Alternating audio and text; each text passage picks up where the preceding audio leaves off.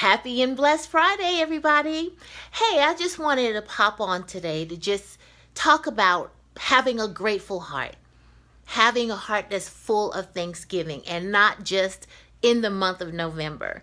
You know, one of the things that we often do, there's nothing wrong with it, but when we think about being grateful or thankful, we go to tangible things, material things. Like it's easy to thank God for a car that's running all the time. It's easy to thank God for the money to pay our bills and to pay our mortgage and our rent. You know, it's easy to thank God for having the ability to go out to the movies or go to dinner. It's easy to thank Him for those things. But sometimes when we get so caught up in just the material, tangible things, we forget to be thankful and grateful for those intangible things, those things that we can't touch. For instance, getting up and having breath in our lungs.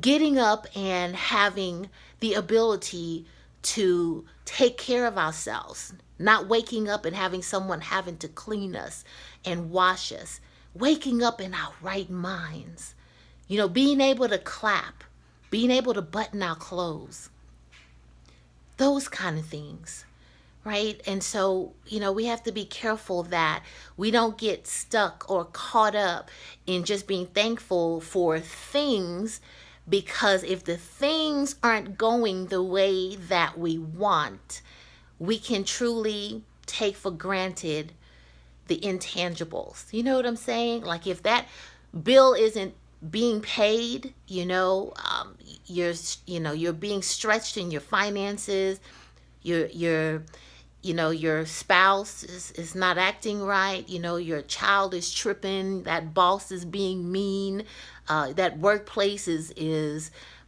not conducive to your Christianity, or the people there are gossipers, or I'm just saying the car the car is tripping and it needs maintenance and you don't have the money. I'm saying those tangible things. And so when they're not going our way, it's really easy to not be grateful for a lot of other things. Kind of like Eve. Eve had, I don't know if it's thousands or millions or gazillion other trees that she had access to in the garden, but the enemy got her to focus on the one thing. We have to be careful that we don't focus so much on the tangibles that we miss the intangibles to be grateful for. And then even more, which is where I really wanted to go today, was not so much always being, thanking God for what He does, but how about just thanking God for who He is? He is a faithful God. When other people turn their backs and walk away, God is faithful. He's a God who never leaves us. How about the fact that He's a forgiving God? How about the fact that He is a healing God? He's a comforting God. He's a providing God. He's a God who shows up on time every single time. He's a God who's full of grace and mercy.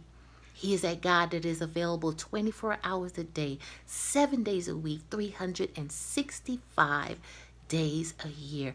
Are we grateful? Are we thankful for just who He is? Sure, we thank Him for what He does, but if He doesn't do another thing, can we just be grateful, honor Him, thank Him with our lips and our attitude for who He is? That's my challenge to you today.